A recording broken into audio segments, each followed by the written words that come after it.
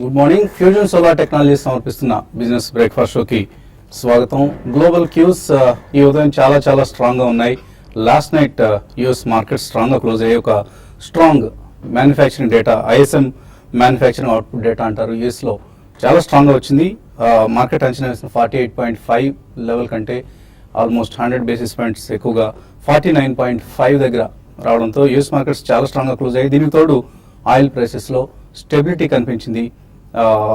Around $33-35 మధ్యలో oil prices stabilise కావడం, అలాగే మ్యానుఫ్యాక్చరింగ్ డేటా స్ట్రాంగ్గా రావడం, ఇటువంటి కారణాలతో last night Dow Jones 350 points లాభపడింది. అలాగే నాస్డాక్ అరౌండ్ 2.8% లాభపడింది. S&P 500 ఇండెక్స్ కూడా మోర్ దెన్ 2% లాభంతో క్లోజ్ అయింది. సో యూరోపియన్ మార్కెట్స్లోనూ ఇదే స్ట్రెంత్ కనిపించింది. ఈ ఉదయం ఏషియన్ ఇండిసెస్లో చైనా సంబంధించి మూడీస్ తన రేటింగ్ అవుట్లుక్ను మార్పు చేసింది, నెగిటివ్కి మార్చింది. అయినా కూడా చైనీస్ మార్కెట్తో సహా ఆల్ ఏషియన్ మార్కెట్స్, ప్రధానంగా జపనీస్ ఇండెక్స్ నిక్కీ ఆల్మోస్ట్ 4% లాభంతో ట్రేడ్ అవుతుంది. సో గ్లోబల్ క్యూస్ స్ట్రాంగ్గా ఉన్నాయి ఈ ఉదయం. అండ్ మన మార్కెట్ సంబంధించి నిన్న ఆల్మోస్ట్ 6-7 ఇయర్స్ గ్యాప్ తర్వాత ఒక బిగ్గెస్ట్ ఇంట్రాడే ర్యాలీని చూసాం. సెన్సెక్స్ నిఫ్టీలు రెండు కూడా ఒక్కొదుటిన లాభపడటం చూసాం. సో నిఫ్టీ ఆల్మోస్ట్ 220 పాయింట్లు, సెన్సెక్స్ 770 పాయింట్లకు పైగా లాభాలతో నిన్న క్లోజ్ కావడం చూసాం. బ్యాంక్ నిఫ్టీ లాంటివి 3.3% పెరగడం చూసాం. సో ఒక బడ్జెట్ను ఆల్మోస్ట్ మార్కెట్స్ కొద్దిగా స్లోగా డైజెస్ట్ చేసుకుని పాజిటివ్గా రియాక్ట్ అవుతున్నాయి.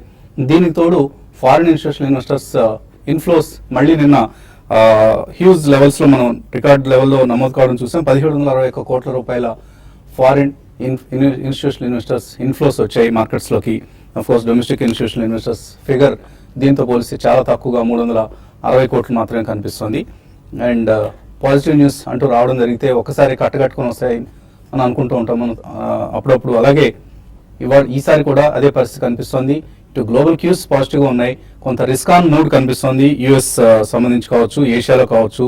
ఎందుకంటే ఆయిల్ ప్రైసెస్ స్టెబిలైజ్ కావడం అనేది ఈ గ్లోబల్ ఈక్విటీ మార్కెట్స్కు పాజిటివ్గా తీసుకుంటున్నాయి. సో మొన్న సౌదీ, నిన్న రష్యా కూడా చెప్పాయి అవుట్పుట్ను 2016 అవుట్పుట్స్ను చాలా కంట్రోల్డ్గా ఉంచుతాం, ఫ్రీజ్ లాంటివి లేకపోయినా కట్ చేస్తాం అన్నట్లుగా ఇండికేషన్ ఇవ్వడం జరిగింది. ఇది కొంత గ్లోబల్గా మనకు పాజిటివ్ ఫ్యాక్టర్ అయితే, ఇండియాకి సంబంధించి ఈ ఉదయం మనకు బ్యాంకింగ్ ఇండస్ట్రీకి సంబంధించి ఒక పాజిటివ్ న్యూస్ వస్తుంది. బ్యాంక్స్కి ఇప్పుడు ఏదైతే బాసెల్ నామ్స్ ఏవైతే ఉన్నాయో, అందరినీ కలవరపరిచిన రీక్యాపిటలైజేషన్ ఇష్యూకి సంబంధించి బాసెల్ నామ్స్ ఏవైతే ఉన్నాయో, బాసెల్ క్యాపిటల్ రూల్స్ను ఆర్బీఐ సడలించింది. సో దీని ఫలితంగా క్యాపిటల్ అడిక్వసీ బ్యాంక్స్కు 0.6%, ప్రధానంగా పబ్లిక్ సెక్టర్ బ్యాంక్స్కు పెరగబోతోంది. సో గతంలో బడ్జెట్లో మనకు ఆల్రెడీ 25,000 crores ఈ ఫైనాన్షియల్ ఇయర్లో, అంటే రాబోయే ఫైనాన్షియల్ ఇయర్లో అందజేస్తాం బ్యాంక్స్ అంటూ ప్రభుత్వం ప్రకటించింది. దీనికి తోడుగా మరొక 30,000 కోట్ల రూపాయల క్యాపిటల్ అడిక్వసీ పెరగబోతోంది. పబ్లిక్ సెక్టర్ బ్యాంక్స్కి ఇందులో మెజారిటీ వాటా, ప్రైవేట్ బ్యాంక్స్ కూడా ఒక 5,000 కోట్ల రూపాయలు బెనిఫిట్ రాబోతోంది. స్టేట్ బ్యాంక్ ఆఫ్ ఇండియా ఒక్కదానికే 7-8,000 కోట్ల రూపాయలు ఈక్విటీ డైల్యూషన్ లేకుండా జరిగే ప్రక్రియ ఇది. సో ఇది పాజిటివ్ బ్యాంకింగ్ సంబంధించి. క్యాపిటల్ పెరగడం ఒకటే కాదు, అందులో ఈక్విటీ డైల్యూషన్ ఏమీ లేకుండా, ప్రభుత్వం వాటా పెరగకుండా, అలాగే ఇతర ప్రైవేట్ సెక్టర్ ప్లేయర్స్ వాటా పెరగకుండా వస్తున్న క్యాపిటల్ కాబట్టి ఇది బ్యాంక్స్కి మరింత విలువైన క్యాపిటల్గా భావించవచ్చు. ఎందుకంటే వాళ్ళకు ఉన్న ఇప్పుడు డిఫర్డ్ ట్యాక్స్ అసెట్స్ అంటారు, వాటిని క్యాపిటల్గా పరిగణించవచ్చు. అలాగే వాళ్ళు ఫారిన్ ఆపరేషన్స్ ద్వారా సంపాదించే ఫారెక్స్ రిజర్వ్స్ ఏవైతే ఉంటాయో వాటిని క్యాపిటల్గా చూపించుకోవచ్చు. టైర్ 1 క్యాపిటల్గా దాన్ని చూపించుకునే వీలు కలుగుతుంది. సో టైర్ 1 క్యాపిటల్ రెగ్యులేషన్స్ని బ్యాంకింగ్ ఇండస్ట్రీకి సంబంధించి ఆర్బీఐ మార్పులు చేసింది. దీని ఫలితంగా ఇవాళ బ్యాంక్ షేర్లో మనం ఒక హైయెస్ట్ యాక్టివిటీ మనం చూసే అవకాశం ఉంది. నిన్న కూడా మనం చూసాం ఐసిఐసిఐ లాంటి బ్యాంక్స్లో మనం ఒక స్ట్రాంగ్ ట్రెండ్ చూసాం. ITC, Infosys technologies, axis bank, ఇటువంటివన్నీ కూడా నిన్న మార్కెట్స్ను లీడ్ చేసిన కౌంటర్స్ ఇవి. ఒక ఐటీసీలోనే మనం 800 కోట్ల రూపాయల డెలివరీ బేస్డ్ బయింగ్ చూసాం. సో ఇదంతా కూడా ఒక, అంటే మార్కెట్లో ఈ ట్రెండ్ రివర్స్ అయిపోయింది, ఇక్కడ నుంచి బులిష్గా ఉంటాయని కాదు, but there is a possibility that ఈసారి మనం ఏవైతే గతంలో 7250 రెసిస్టెన్స్ను అధిగమించలేకపోవడం వంటి అంశాలు చూసాం, ఈసారి ఆ లెవెల్ని అట్లీస్ట్ అధిగమించే అవకాశం కనిపిస్తుంది. అలాగే లాస్ట్ టైం మనం చూసిన హై లెవెల్ ఏదైతే ఉందో 7563, దాన్ని క్రాస్ చేయగలిగితే ఇక నిఫ్టీకి బాటమ్ ఫామ్ అయిందనే మనం చెప్పుకోవచ్చు. అరౌండ్ 7200, 7300 సమీపంలో బాటమ్ ఫామ్ అయిందని చెప్పుకోవచ్చు. ఇక్కడ నుంచి ర్యాలీ అయ్యే అవకాశాలు కూడా మనకు కనిపిస్తున్నాయి. ఇంకా చాలా ఇష్యూస్ ఉన్నాయి, కానీ ఇవాళ మరొక ప్రధానమైన ఇష్యూని కూడా మనం చూడబోతున్నాం. గోల్డ్ మర్చెంట్స్, గోల్డ్ జ్యువెలర్స్ వాళ్ళ షాపులు 3 రోజులు బంద్ చేయబోతున్నారు. చాలా పీక్ సీజన్ ఇది. అటు పెళ్ళిళ్ళు త్వరపడి అందరూ పెళ్ళిళ్ళు ముహూర్తాలు పెట్టుకుంటున్నారు. అలాగే గృహప్రవేశాలు లాంటివి చాలా జోరుగా సాగుతున్న సమయం ఇది. ఈ సమయంలో గోల్డ్ జ్యువెలర్స్ 3 రోజుల స్ట్రైక్ వెళ్తున్నారు. ఆ వివరాలు తెలుసుకోబోయే ముందు ఒకసారి మార్కెట్ వివరాలను మనం అనలిస్ట్ అడిగి తెలుసుకుందాం. సో ఒక స్ట్రాంగ్ ర్యాలీ చూసానన్నా, ఒక పుల్ బ్యాక్ ర్యాలీ. ఆ ర్యాలీ సస్టైన్ అయ్యే అవకాశాలు కూడా కనిపిస్తున్నాయి. ఎందుకంటే ఇవాళ మరొక 100 పాయింట్ల గ్యాప్ అప్ కనిపిస్తుంది. Global flows, global news positive గా ఉంది. అండ్ మన మార్కెట్స్ లోకి మళ్ళీ ఎఫ్ఐఐస్ చాలా కాలం తర్వాత ఒక స్ట్రాంగ్ బయింగ్ చూసాం. ఇవన్నీ దేనికి లీడ్ చేస్తాయనుకుంటున్నారు? వర్స్ట్ అయిపోయిందన్న సంకేతంగా తీసుకోవచ్చా, లేదు మళ్ళీ ఫిజిల్ అవుట్ అయిపోతుంది ఈ ర్యాలీ కూడా ఇంతకుముందు మనం చూసిన బేర్ మార్కెట్ ర్యాలీస్ లాగా అనుకుంటున్నారా? టోటల్ ఫిజిల్ అవుట్ అయితే డెఫినెట్లీ కనిపించట్లేదండి. ఎందుకంటే మనం నిన్న ఫిగర్స్ చూస్తే ఆల్మోస్ట్ 7 year హైలో సింగిల్ డే హైయెస్ట్ గెయిన్ అనేది మనం ఒకటి చూసాం. అండ్ మళ్ళీ ఎఫ్ఐఎస్ చాలా రోజుల తర్వాత బయింగ్ అనేది మన మార్కెట్లో ఒకటి చూసాం. సో ఈవెన్ ఎక్స్టర్నల్ న్యూస్, మనకి డొమెస్టిక్ న్యూస్ పక్కన పెడితే బడ్జెట్ తర్వాత డెఫినెట్లీ సెంటిమెంట్ కొద్దిగా మెరుగుపడ్డదని చెప్పొచ్చు. ఎక్స్టర్నల్ న్యూస్ కూడా పాజిటివ్ గానే ఉందండి. అదే it's Japan or it's USA. And మనకి అక్కడ డేటా బాగా రావడం, పిఎంఐ డేటా అనేది బాగా రావడం, and even Asian market strong గా చేయడం. మళ్ళీ మనకి రూపీ కూడా అబౌట్ 67.5-68 ఈ మధ్యలోకి వెళ్తుంది. That's also a good news. ఎందుకంటే stability of currency is also one of the very strong reasons. కాబట్టి మనకి పోను ఇంట్రెస్ట్ రేట్ కట్ అనేది కొద్దిగా it may be on a fast track అనే ఉద్దేశం కూడా చాలా మందిలో ఉంది. సో ఇవన్నీ మనం తీసుకుంటే it's not a one day wonder అని చెప్పొచ్చండి. డెఫినెట్లీ ఈ ర్యాలీ కొద్దిగా కొనసాగే అవకాశం ఉంది. ప్రాబబ్లీ కొంచెం కరెక్షన్ అనేది ట్రేడర్స్ పరంగా రావచ్చు రాబోయే మేబీ 3 to 5 సెషన్స్ లోపల. But I think even at least for the current rally మాత్రం మాక్సిమం మనం వెళ్ళిన 6850 to 6900 జోన్ మాత్రం డెఫినెట్లీ రీవిజిట్ చేయదని చెప్పొచ్చండి. సో టెక్నికల్లీ ఎటువంటి పరిస్థితి కనిపిస్తుంది? ఈ బౌన్స్ బ్యాక్ ఏదైతే వస్తుందో బ్యాంక్ నిఫ్టీలో కావచ్చు, నిఫ్టీలో కావచ్చు, ఆర్ ఇండివిజువల్ ఇవాళ బ్యాంకింగ్ కౌంటర్స్ లో మనం ఒక స్ట్రాంగ్ ర్యాలీ చూడబోతున్నాం ఎస్బీఐ లాంటి కౌంటర్స్ లో. సో టెక్నికల్లీ ఈ ర్యాలీ సస్టైన్ అవుతుంది అనుకుంటున్నారా, లేదా మీరు ఎగ్జిట్ ఇన్ దిస్ ర్యాలీ అంటారా?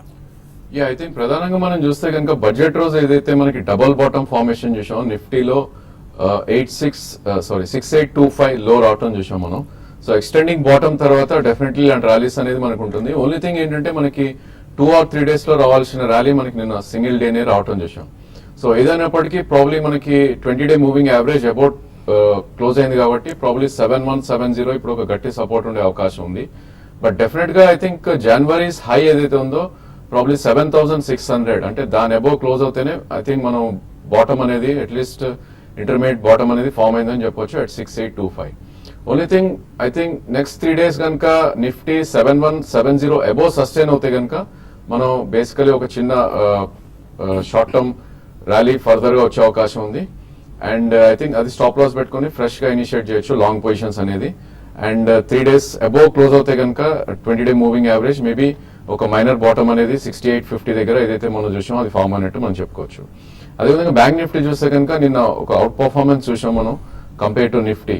So probably even bank Nifty కూడా జనవరి 28th రోజు అయితే ఉందో 14,754 ప్రాబ్లీ అది దాటిందంటే జనవరి హైస్ కి విజిట్ చేసే ఛాన్స్ ఉంటుంది 15,565. బట్ జనరలీ ఇలాంటి ర్యాలీస్ అన్ని మనం ఫిజిల్ అవుట్ అయిపోవడం చూసాం ఇది వరకు. ప్రాబ్లీ ఈసారి కూడా అదే జరిగే అవకాశం ఉంది. ఓన్లీ థింగ్ మనకి రేంజ్ ఏదైతే ఉందో ప్రాబ్లీ ఇంతకు ముందు ఫియర్ ఏదైతే ఉందో 6,300 వస్తుంది లేదా 6,500 వస్తుంది అనేది కొద్దిగా తగ్గుతుంది ఈ స్టేజ్ లో.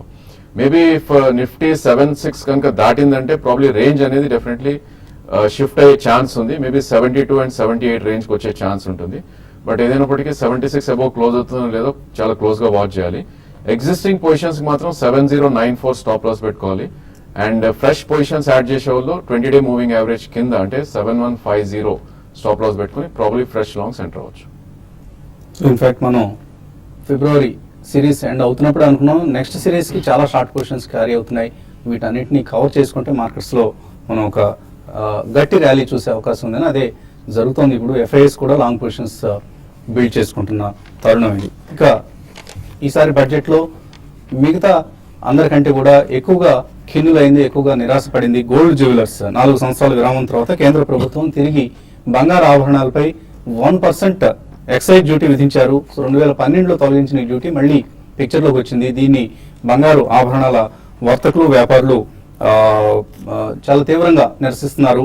Jewellers go on strike against excise duty అంటూ ఇవాల్టి పేపర్లో. ముంబైలో ఆల్రెడీ స్ట్రైక్ ప్రారంభమైంది.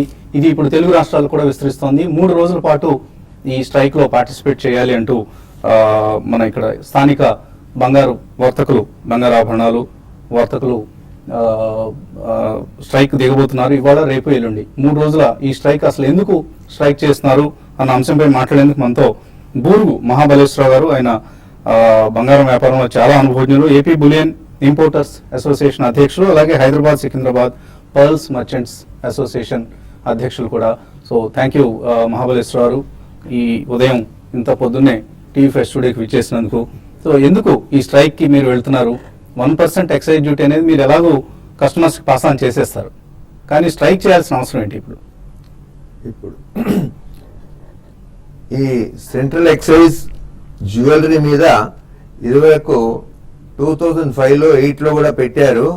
దీనివల్ల కస్టమర్స్కు తర్వాత వ్యాపారస్తులకు చాలా ఇబ్బందులు జరుగుతాయని రిక్వెస్ట్ చేస్తే బీజేపీ వాళ్ళు మమ్మల్ని సపోర్ట్ చేశారు. అప్పుడు దీని ఆల్రెడీ మీకు తెలిసిన విషయమే, income tax department, sales tax department, central excise, customs ఇవన్నిటి మీద మళ్ళీ స్క్రూటినీ, ఇవి కాకుండా మళ్ళా special squads, weights and measures ఎందరితోని మేము ఇబ్బందులు ఆల్రెడీ పడుతున్నాం. ఇప్పుడు ఇంకొక డిపార్ట్మెంట్ యాడ్ చేస్తే మాకే కాకుండా ప్రతి ఒక్క కస్టమర్కి వాళ్ళ డీటెయిల్స్ అన్ని మేము రాసి మెయింటైన్ చేయాలి. తర్వాత మేము ఎవరైతే గోల్డ్ స్మిత్కి ఇస్తామో వాళ్ళ డీటెయిల్స్, వాళ్ళ అడ్రస్తో సహా అన్ని మెయింటైన్ చేయాలి. ఇన్ని మెయింటైన్ చేయాలి అంటే చాలా ఇబ్బందికరంగా ఉంటుంది. కాబట్టి ఇప్పుడు ఆల్రెడీ కావాల్సిన డిపార్ట్మెంట్లు వ్యాపారస్తుల మీద ట్యాక్సులు వేస్తున్నారు, కడుతున్నాము. కాబట్టి ఇది మేము ఈ విషయంలో ఇది తీసుకొని రావద్దని, ఎక్సైజ్ తేవద్దని 1% విషయం కాదు. దీనివల్ల వచ్చే ఇబ్బందులు ప్రాక్టికల్గా అందరి వ్యాపారస్తులకి కాకుండా జాబ్ వర్కర్స్, గోల్డ్ స్మిత్స్ సుమారు 2-3 వేల షాప్స్ ఉన్నాయి ఆల్ ఇండియాలో. మొత్తం షాప్స్ ఈ రోజు నుంచి 3 రోజులు బంద్ పెట్టాము. తర్వాత కొన్ని లక్షల మంది గోల్డ్ స్మిత్స్ అంటే కంసాలి వాళ్లకు ఇబ్బందులు ఫేస్ చేయాల్సి వస్తుంది. వాళ్ళ దగ్గర బుక్స్ మెయింటైన్ చేయాలి. దేశవ్యాప్తంగా ఈ బంగారం ఆభరణాల తయారీలో ఎంతమంది కార్మికులు ఇన్వాల్వ్ అయి ఉంటారు అనుకుంటున్నారు? సుమారు 20 లక్షల మంది కార్మికులు ఉన్నారండి. ప్రతి విలేజ్ నుంచి కాస్మోపాలిటన్ టౌన్ వరకు కూడా ఆర్టిసన్స్ ఉన్నారు. ప్రతి చోట వీళ్లకు ఈ ఎక్సైజ్ వాళ్లకు జవాబు చెప్పాల్సి వస్తుంది. కాబట్టి ఈ వచ్చే 1% ఆల్రెడీ 10% కస్టమ్స్ డ్యూటీ గవర్నమెంట్ తీసుకుంటున్నారు ఇంపోర్ట్ కాగానే. దీనివల్ల స్మగ్లింగ్ కూడా బాగా పెరిగిపోయింది. సో ఈ బడ్జెట్ లో కస్టమ్స్ డ్యూటీ తగ్గిస్తారనుకుంటే అది తగ్గించకపోగా ఎక్సైజ్ డ్యూటీ అనేది ఒక దాన్ని కొత్తగా విధించారు. కస్టమ్స్ స్మగ్లింగ్ జరుగుతున్నందువల్ల 10% నుంచి కస్టమ్స్ తగ్గిస్తా అన్నారు. అది క్రమేపీ 1% నుంచి 10% వరకు తీసుకొచ్చారు. అది అలాగే ఆగిపోయింది. ఇది కాకుండా దాని మీద ఒక 1% ట్యాక్స్ వాల్యూ అడిషన్ అని 1% అది ఉంది. ఇది కాకుండా రానుపోని ఖర్చులు అయితే ఉండనే ఉంటాయి. ఇవన్నీ జరిగే పక్షంలో అఫీషియల్ గోల్డ్ తెప్పియడం అనేది దానికన్నా అనఫీషియల్ గా చేసే వాళ్లకు ఒక పండుగ మాదిరి తయారైపోయింది.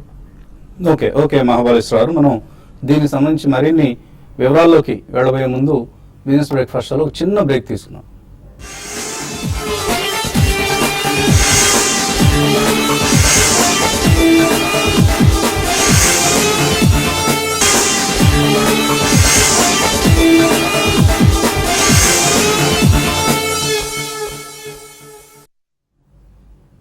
ఫ్యూజన్ సోలార్ టెక్నాలజీ సమర్పిస్తున్న బిజినెస్ బ్రేక్ఫాస్ట్ షోకి తిరిగి స్వాగతం. ఓవైపు బంగారం ధరలు పెరిగిపోయి ఆల్రెడీ కస్టమర్లు ఇబ్బంది పడుతూ ఉన్నారు. ధరలు పెరిగాయి, ఇంత ముందే ఎందుకు కొనుక్కోలేకపోయాము అని ఎక్కువ మంది ఆందోళన చెందుతున్న సమయం ఇది. ఎందుకంటే పెళ్లిళ్ళు, ఫంక్షన్స్ విరివిగా జరుగుతున్న సీజన్ ఇది. అయితే దీనికి తోడుగా పెరిగిన ధరలైనా పర్లేదు బంగారం కొనుక్కుందాం అంటే 3 రోజుల పాటు ఇప్పుడు బంగారు వర్తకులు షాప్స్ క్లోజ్ చేస్తున్నారు. మేబీ ఇది ఇండెఫినెట్ స్ట్రైక్ కూడా వెళ్తారా అన్న అనుమానాలు కూడా ఉన్నాయి. సో ఈ పరిస్థితి గురించి మాట్లాడేందుకు మనతో బూర్గు మహాబలేశ్వరరావు స్టూడియోలో ఉన్నారు. సో మహాబలేశ్వరరావు, ఇప్పుడు మంచి పీక్ సీజన్ ఇది, పెళ్లిళ్ళ సీజన్ ఇది. బడ్జెట్లో మీకు 1% ఎక్సైజ్ డ్యూటీ పెరిగింది కదా అని కస్టమర్లని ఇబ్బంది పెట్టడం ఎంతవరకు సబబు? కస్టమర్లకు ఇబ్బంది కాకుండా మేము ప్రయత్నం చేస్తున్నామండి. ఈ 3 రోజుల వల్ల కనీసం ప్రభుత్వానికి తెలియాలి దీనివల్ల అయ్యే ఇబ్బందులు. సుమారు కొన్ని 20 లక్షల మంది గోల్డ్ స్మిత్స్ కంసాలి వాళ్లకు మొత్తం మన భారతదేశంలో ఇబ్బందులు వస్తాయి. వారితో వ్యాపారం చేసుకునే దానికన్నా వీళ్ళకి జవాబులు చెప్పాల్సిన పరిస్థితి ఎక్కువ ఉంటుంది. అయితే సుమారు 2000 సంవత్సరాల నుంచి కూడా మన రాజులు వీరందరికీ మంచి ఎంకరేజ్మెంట్ ఇచ్చి అప్పటి 2000 సంవత్సరాల నుంచి మన ఇండియాలో జ్యువెలరీ తయారు అనేది ఉంది. మనకి హిస్టారికల్ ఫిగర్స్ చూస్తే దాంట్లో ఈ స్టోన్ చెక్కడాలు క్లియర్ గా కనపడతాయి. అంటే బంగారం పట్ల భారతీయులకు ఉన్న మక్కువ తెలియదు కాదు, అందరికీ ప్రపంచవ్యాప్తంగా తెలుసు. మనమే హైయెస్ట్ ఇంపోర్టర్స్ ఆఫ్ గోల్డ్. కానీ ఈ గోల్డ్ వినియోగాన్ని ఎంతో కొంత తగ్గించాలనేది ప్రభుత్వ లక్ష్యంగా కనిపిస్తుంది. ఈ పరిస్థితిని మీరు ఎంతవరకు సమర్థిస్తారు? ఇది అసలు జరిగే విషయం కాదండి. Next impossible. గోల్డ్ మీద ఉండే వ్యామోహం ఇప్పటిది కాదు, 1000 సంవత్సరాల నుంచి కూడా ఉన్నది, ఇంకా ఫ్యూచర్లో ఉంటుంది. గవర్నమెంట్ ఏ ట్యాక్స్ పెట్టినా ఏ చేసినా ఇబ్బందులు ఎంత పెట్టినా కానీ మొరార్జీ దేశాయ్ గారు 14 క్యారెట్ గోల్డ్ ఇంపోజ్ చేశారు, స్టార్ట్ చేశారు. అయినప్పటికీ కూడా 14 క్యారెట్ 20 క్యారెట్ చలామణిలో అనఫిషియల్ అనేది పెరిగిపోతుంది. అఫీషియల్గా ట్యాక్సులు రావడం అనేది గవర్నమెంట్కు తగ్గుతుంది, కస్టమర్స్కు ఇబ్బందులు పెరుగుతాయి. దానివల్ల తప్ప మేము ఆల్రెడీ 10% కస్టమ్స్ ఇస్తున్నాము, కాకపోతే తగ్గిస్తారని ఆలోచిస్తుంటే కనీసం 2% అని. ఇన్ఫాక్ట్ మీ అసోసియేషన్ ప్రెసిడెంట్ చెప్తున్నారు, ఒక 1% కావాలంటే కస్టమ్స్ డ్యూటీలో ఎక్కువగా కలెక్ట్ చేసుకోండి, అది ఎక్సైజ్ డ్యూటీని మాత్రం తగ్గించండి. కాకపోతే 10% 11% కస్టమ్స్ పెంచుకోండి. ఇండియాకి వచ్చేటప్పుడే మీకు ట్యాక్స్ వచ్చేస్తుంది కస్టమ్స్, అది గవర్నమెంట్ ఆఫ్ ఇండియా రెవెన్యూయే. కాకపోతే రకరకాల ట్యాక్సులు పెట్టి వ్యాపారస్తులను ఆర్టిసన్స్ ను ఇబ్బంది పెట్టట్లో దాంట్లో ఏం అర్థం మాకు కనబడడం లేదు. అంటే మీరు ప్రధానంగా భయపడుతోంది మళ్ళీ ఇన్స్పెక్టర్లు వస్తారు, ఎక్సైజ్ ఇన్స్పెక్టర్లు, వాళ్ళు మిమ్మల్ని హెరాస్ చేస్తారనేది మీ భయం. అంతేనండి. మా దగ్గరికే కాదు, ఈ కంసాల వాళ్ళందరి దగ్గరికి పోయి మీరు ఎక్కడ తీసుకున్నారు, ఎక్కడ తెచ్చారు, ఎక్కడ రాశారు అని మళ్ళీ వాళ్ళ దగ్గర నుంచి మా దగ్గరకు వచ్చి మా దగ్గర మేము ఇది వ్యాపారం చేసుకోవాలా, వీళ్ళకి జాబులు చెప్పాలా. ఒక డిపార్ట్మెంట్ కాదు, ఇప్పుడు కనీసం 8 డిపార్ట్మెంట్లు. ఇప్పుడు ఆల్రెడీ చెప్పాను, ఇన్కమ్ ట్యాక్స్ నుంచి మొదలు పెడితే వెయిట్స్ అండ్ మెజర్స్. ఈ మధ్య 1 మిల్లీగ్రామ్లో తేడా ఉంది. మిల్లీగ్రామ్ అంటే మనం శ్వాస ఇడ్చేటప్పుడు 5-10 మిల్లీగ్రాముల తేడా వస్తుంది అని 50,000 రూపాయలు పెనాల్టీ వేయడం జరిగింది. ఎన్ని రిక్వెస్ట్ చేసినా సంవత్సరం పొడుగుతా వసూలు చేస్తూ పోయారు. కానీ మహాబలేశ్వర్ మీ వర్తకుల్లో కూడా కొంతమంది మోసాలు పాల్పడటం చూస్తుంటాం. అమీర్పేటలోని కొన్ని షాపుల్లో మనం చూసాము. బ్లాక్ గోట్ అనేది ప్రతి చోట ఉంటుంది, మొత్తం 100% ప్యూర్ అనేది ఎక్కడ ఉండదు. అయితే ఇది కాకుండా హాల్ మార్కింగ్ అనే ఒక డిపార్ట్మెంట్ ఉంది. అది హాల్ మార్కింగ్ లేకపోతే అది కొనకూడదు అనేది చాలా మంచి సమస్య, మంచి విషయం. అది హాల్ మార్కింగే కొంటే ఇప్పుడు ప్రజలకు నష్టం అనేది జరగదు, గ్యారంటీడ్ గోల్డ్ ఉంటుంది. మీ అసోసియేషన్ కృషి చేస్తున్న హాల్ మార్కింగ్ గోల్డ్ ఎక్కువగా వర్తకులందరూ కూడా ఫాలో అయ్యేట్లుగా చేయడానికి. అయితే కస్టమర్స్ కు నమ్మకం కలగాలంటే హాల్ మార్కింగ్ తీసుకోవాలని ఇప్పుడు ఒక అడ్వర్టైజ్మెంట్ మా డీలర్స్ చేస్తున్నారు. దానివల్ల వాళ్లకు నమ్మకంగా వచ్చి తీసుకుంటారు. ఇదివరకు ఇదే వస్తువు చేసేటప్పుడు పోయే తరుగును ఇండైరెక్ట్ గా ప్యూరిటీలో డిఫరెన్స్ చేసి 92% అని 80%, 70% చేసేవాళ్ళు ఇప్పుడు ఓపెన్ గా ఇంత వేస్టేజ్, వాల్యూ అడిషన్ అని ఓపెన్ గా చెప్పి తీసుకున్నందువల్ల వ్యాపారస్తులకును మరియు కస్టమర్స్ కును చాలా ఉపయోగకరంగా ఉంటుంది. దాంట్లో వాళ్లకు ఎంత వస్తుందో అనేది లేకుండా దాని మీద మార్క్ ఉంది కాబట్టి గోల్డ్ వస్తుంది. సో మహాబలేశ్వర్ ఇప్పుడు 3 రోజుల స్ట్రైక్ వెళ్తున్నారు మీరు. ఇవాళ, రేపు, ఎల్లుండి 2, 3, 4 తేదీల్లో గోల్డ్ షాప్స్ అన్ని మూతపడబోతున్నాయి 2 తెలుగు రాష్ట్రాల్లో కూడా. ముంబైలో ఇండెఫినెట్ స్ట్రైక్ కి పిలిపించారు, మీరు కూడా ఇండెఫినెట్ స్ట్రైక్ వైపు వెళ్తున్నారని అనుకోవచ్చా? మేము కూడా అందరం వ్యాపారస్తులము ఈ ఇబ్బందుల వల్ల 3 రోజులు మొత్తం ఆంధ్రప్రదేశ్లో, మొత్తం ఇండియాలో మాదిరే 3 రోజులు స్ట్రైక్ చేస్తున్నాం. సో ఇది ఇండెఫినెట్ స్ట్రైక్ దారి తీసే అవకాశం కనిపిస్తుంది. ఇంకా కాల్ చేసి అది కూడా రావచ్చు. ఎందుకంటే మీ డిమాండ్ కనుక ప్రభుత్వం ఈ 3 రోజులు ఒప్పుకోకపోతే ఇండెఫినెట్ స్ట్రైక్ వెళ్తారా? అది ఇంకా మా అందరి అనుచరుల మీద డిపెండ్ అయి ఉంటుందండి. సో మీ అసోసియేషన్ ఇతర సభ్యులందరూ ఆల్ అసోసియేషన్స్ వీళ్ళందరూ ఏకీభవిస్తే మీరు కూడా ఇండెఫినెట్ స్ట్రైక్ వెళ్ళే అవకాశం కనిపిస్తుంది. సో ఎనీవే కస్టమర్స్ కి కంటే కూడా మీకు ఎక్కువ ఇబ్బందిగా ఇది కనిపిస్తుంది కాబట్టి ఈ సమస్య త్వరగా పరిష్కారం కావాలండి. మాకెంతో కష్టం వస్తుంది. ఆల్రెడీ 2 లక్షలు దాటిన బిల్ అయినట్టయితే, ఎవరైనా 2 లక్షలు దాటి కొన్నట్టయితే, ఈ రోజుల్లో 2 లక్షలు అంటే ఒక 5-6 తులాలు జ్యువెలరీ కొన్నట్టయితే వాళ్ళ పాన్ కార్డు, వాళ్ళది ఒక ఫాము, అవన్నీ ఫిలప్ చేసి మెయింటైన్ చేయాల్సిన పరిస్థితి ఉంది. ఇప్పుడు అదే ఉండొద్దని చెప్పి ఈ మధ్య మేమందరము ధర్నా ట్యాక్స్ ఇది ఊరేగింపు తీసి, ఇది బ్లాక్ మనీని అరికట్టడం కోసం ప్రభుత్వం తీసుకుని చర్య, దీన్ని ఎందుకు నిరసిస్తున్నారు మీరు? బ్లాక్ మనీ అరికట్టేదానికి ఇంకా నేను చెప్పకూడదు, లంచగొండితనం అనేది తగ్గించారు. కానీ బ్లాక్ మనీ ఎక్కడ వాడుతున్నారు, ఎన్ని చోట్ల ఆపగలరు అని నేను చెప్పలేను. లగ్జరీస్, ఫర్నిచరు, ఇండ్లు, ప్రాపర్టీస్, గోల్డ్ అనేది లాస్ట్ ఐటమ్. అయితే ఈ గోల్డ్ మీద వ్యామోహం ఇవ్వాలనేది కాదు. ప్రతి చిన్న విలేజ్లో కూడా పంట రాగానే గోల్డ్ కొని పెట్టుకుంటారు. ఏదో ఒక చిన్న రింగు మాదిరి చేసి పెట్టుకుంటారు, ఉంగరాలు, రింగులు, కడియాలు.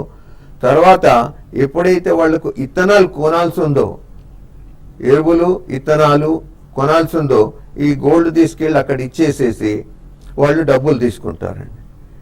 ఈ ఓన్లీ ఆ బ్యాంకులు లేని ప్రతి విలేజ్ లో ఈ యొక్క చిన్న మర్చెంట్ అవకాశం ఉంది ఇప్పుడు. ఓకే అండి, ఓకే మహాబలేశ్వర గారు. సో మీ కోరికను ప్రభుత్వం మన్నిస్తుందని ఆశిద్దాం. ఎందుకంటే కస్టమర్స్ ఎక్కువ రోజులు గోల్డ్ షాప్స్ తెరవకపోతే బతకలేరు. హోటల్ లేకపోయినా బతుకుతారేమో కానీ గోల్డ్ షాప్కి వెళ్లకుండా ఫంక్షన్స్ జరుపుకోలేని పరిస్థితి ఉంటుంది. కాబట్టి సో బంగారపు జ్యువెలరీ కొందామనుకునే వాళ్ళకి ఇది కష్టకాలం. ఓవైపు రేటు పెరిగింది, మరోవైపు వర్తకుల సమ్మె. ఈ రెండింటిని అధిగమించాలని కోరుకుందాం. ప్రభుత్వం జ్యువెలర్స్ డిమాండ్స్ని సానుకూలంగా పరిష్కరిస్తుందని ఆశిద్దాం. ఇది ఇవాల్టి బిజినెస్ బ్రేక్ఫాస్ట్. మధ్యాహ్నం స్మార్ట్ న్యూస్లో మళ్ళీ కలుద్దాం.